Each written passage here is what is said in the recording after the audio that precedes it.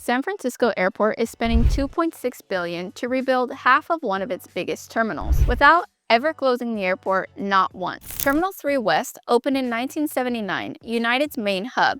After 40 years, it was due. If you're moving to the peninsula, the airport shapes your week, even when you forget it exists. By the end, you'll know which version of the region this was built for, and the one quiet choice that reveals what SFO expects 20 years from now. So let's start with the obvious question. Why spend billions on a building that's still standing? The west half of the Terminal 3 opened in 1979. That's older than the phone in your back pocket and older than most of the planes flying in and out of it now. And this isn't just about how it looks. A building from 1979 just wasn't made to handle a big earthquake, modern security, or the huge crowds a major airport moves today. So a big part of this project is making the whole structure way stronger so it holds up if a serious earthquake ever does hit. Now, keep that earthquake work in the back of your mind. Out of everything in this project, it might be the most important piece, and I'll show you why later. Here's how big this thing is. SFO is fixing up the 650,000 square feet that's already there, then adding another 200,000 square feet of brand new space on top. That's about a third more terminal. It's the difference between a check-in area that flows nicely and one that's so packed it wraps around the building. And SFO has been fixing up its older terminals one at a time. The eastern side of the Terminal 3 was already rebuilt and reopened back in 2015. The western half was just the piece still waiting for its turn, but here's where it gets good. Because that $2.6 billion only makes sense if you see where it goes. And one of the three things it pays for doesn't open until a full year after everything else. So hold on to that. So let's break down that $2.6 billion, because the number sounds huge until you see everything they're building. Terminal 3 West is really three connected pieces. First, fixing up that 650,000 square foot western half. Second, 200,000 square feet of totally new space. And third, a whole new 6-story building for airline lounges and office spaces. That 6-story building is the piece I told you opens a year after everything else. And one of these three pieces should matter way more to you than the other two, depending on how you travel. I'll come back to that because it's the whole point of this video. Here's what SFO says you'll actually see. A brand new front for the building when you pull up to the curb, more room to check in with self-service bag drops, new security checkpoints, and one of them is up on the upper level, built just for folks coming in on the air train. And all of that extra space opens up room for a lot more places to eat and shop. Now here's who's building it. The crew is Turner Construction with designers Gensler and Teff Design. When the work is busiest, they expect 500 to 600 people on the job. And SFO promised to hand out more than $173 million in contracts to local businesses, so a real chunk of this money stays right here at home. And here's what that means for you. More than half of what you actually deal with at an airport happens before you even get to your gate. The curb, the check-in area, the security line, and that's exactly where most of this money is going. Now, before we go any further, let me quickly introduce myself. I'm Jessica Heredia, a realtor based in Silicon Valley, helping buyers and sellers navigate their real estate needs. I spent years studying how the peninsula really works, from zoning documents to MLS data, to help buyers and sellers make confident decisions they won't regret. When you reach me, you work with me directly from the very first conversation all the way to closing. No handoffs, no assistance, just me. And if you're finding this video helpful, take a second to hit the like button and subscribe. Every week, I share clear breakdowns like this one so you can understand how Silicon Valley actually works. How do you knock down and rebuild the busiest half of a terminal while United keeps flying out of it? Because before you think the answer is just careful planning, wait till you hear about the temporary walkways they had to build to keep people moving safely around all of that construction. Here's the one rule that shaped this entire project. SFO could not close Terminal 3. Not even for a week. United runs a ton of flights through this building, so the airport had to keep moving the entire time. So they're doing the work in stages. They broke ground in August of 2024 after the project had been paused during the pandemic. And the big openings are spread out over a few years, so here's the timeline. The fixed up, bigger western half should open in the fall of 2027. The new 6-story building comes next in early 2028, and the redone check-in lobby of the eastern side of Terminal 3 is set for early 2029. So here's your answer on that 6-story building.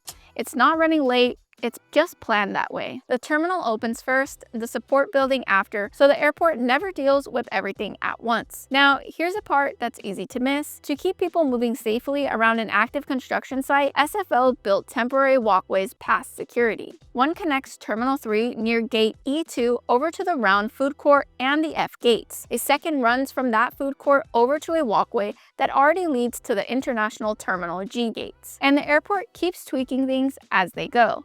In November 2025, SFO closed the Terminal 3 AirTrain stop, and it won't reopen until 2027. The Terminal 2 stop was renamed to serve both terminals, and United moved some of its check-ins over there. So everything I've shown you so far is the stuff that you can totally see, but the other half of the story is hidden inside the walls, and it's the part almost no traveler will ever notice.